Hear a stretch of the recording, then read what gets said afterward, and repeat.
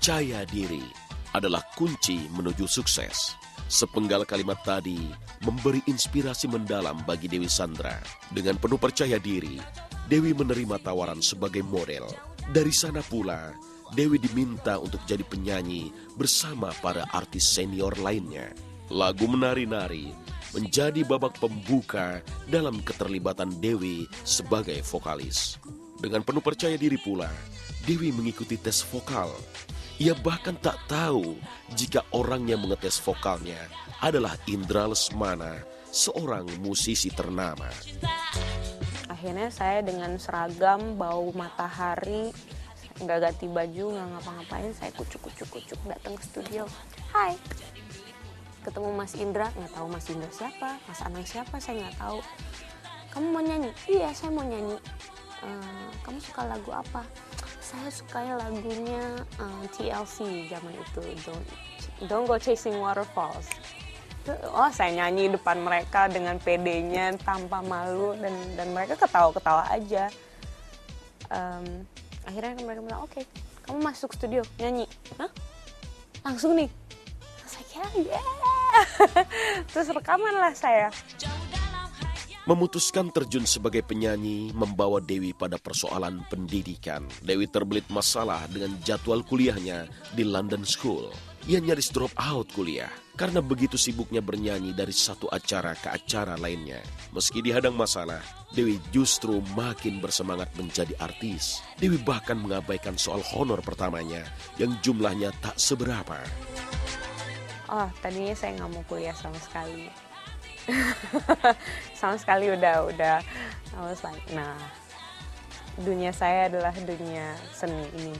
Saya pengen serius di sini, tapi ini untuk saya melakukan kuliah itu untuk demi ayah dan ibu saya yang tetap merasakan bahwa namanya pendidikan itu sangat penting. Tapi sambil berjalan di London School, ternyata job saya untuk bekerja sangat menyita waktu. Akhirnya keteteran kuliah saya. Ketika totalitas menjadi biduan sudah tertancap di hati, Dewi memilih mengasah kemampuan berolah vokal dengan berguru pada Berta. Ia juga tak segan berguru ilmu pada Sumantri, seorang arranger musik yang kelak membantu Dewi di dapur rekaman. Kegigihannya berguru berbuah manis. Pada akhirnya, Dewi Sandra berhasil memiliki gimmick vokal yang khas dan berbeda dengan penyanyi lainnya. Saya punya banyak guru sebelum Mbak Berta, tapi buat saya Mbak Berta adalah guru yang paling saya suka. Karena banyak orang saat itu bilang bahwa Mbak Berta adalah guru killer, galak. Dan saya selalu harus membuktikan bahwa enggak. Dan saya suka gitu dengan sesuatu yang sepertinya tantangan. Jadi saya datang ke Mbak Berta, saya dengar dia nyanyi, memang suaranya luar biasa banget. Dengan teknik yang menurut saya harus saya dapat nih ilmunya. Ya, karakter suaranya Dewi itu begitu dia buka mulut, cuma dia yang suaranya kayak gitu. Jadi nggak ada yang mirip-mirip suaranya Dewi. Gayanya juga, mukanya juga nggak ada yang mirip-mirip kayak Dewi. Ya semuanya Dewi Sandra itu cuma satu. Dewi Sandra Kilik gitu. Nggak ada yang mirip dan nggak ada yang bisa memiripkan diri sama Dewi. Jadi di situ keunikannya dia. Pertama kali aku dengar rekamannya dia itu tuh, I was a bit surprised sih ya, gitu loh. Lebih, ya surprise dan juga ya senang sih istilahnya. Pas di Amerika udah kebiasaan kerja dengan beberapa tipe vokalis gitu misalnya gitu kan, ada acuannya lah di situ kan ya. Balik ke sini, oh ada juga yang kayak gini di sini gitu. Setelah kenyang berguru vokal, Dewi pun merilis berbagai solo album. Dimulai dari tahun 1998 dengan menetaskan album berjudul Kurasakan. Setelah itu Dewi menggulirkan beberapa album seperti Tak Ingin Lagi, Ku Akui, Star, hingga album berjudul Wanita di tahun 2009 lalu. Lebih dari 10 single juga ia gulirkan di pasaran.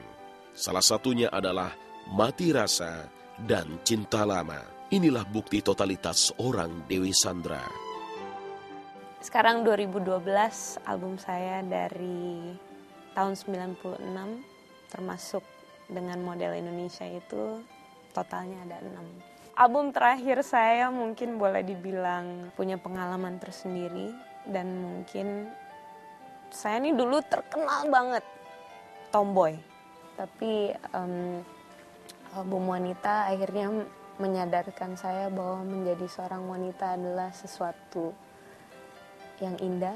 Saya tahu banget dia kalau memproduksi suatu lagu tuh benar-benar di studio rekaman berjam-jam sama produsernya tuh DJ Sumantri biasanya. Itu benar-benar sampai subuh sampai benar-benar perfect rekamannya. Nah, itu sifat dan mentalitas seperti itu yang gue sangat hormati. Awalnya tuh saya terjun di album Kuakui kalau nggak salah. Jadi itu album Kuakui itu saya mulai masuk, saya mulai bantu dia, dan saat itu udah berjalan promo dan lain sebagainya, dan kita jalan ke kota-kota dan ya itulah. Dewi Sandra tak hanya merenangi dunia tarik suara, ia juga merambah dunia presenter, menjadi pemain film, pemain sinetron, dan bintang iklan. Dewi juga ditasbihkan sebagai duta pembawa api Olimpiade musim dingin di Torino, Italia pada tahun 2006. Ia pun didaulat sebagai duta Piala Asia AFC di Jakarta pada tahun 2007. Dan di tahun 2008, Dewi terpilih sebagai duta F1 Grand Prix di Sepang, Malaysia. Di tahun 2008 pula, Dewi menciptakan lagu Play sebagai penyemarak Euro Cup. Sebenarnya apa yang membuat Dewi Sandra masuk ke domain olahraga?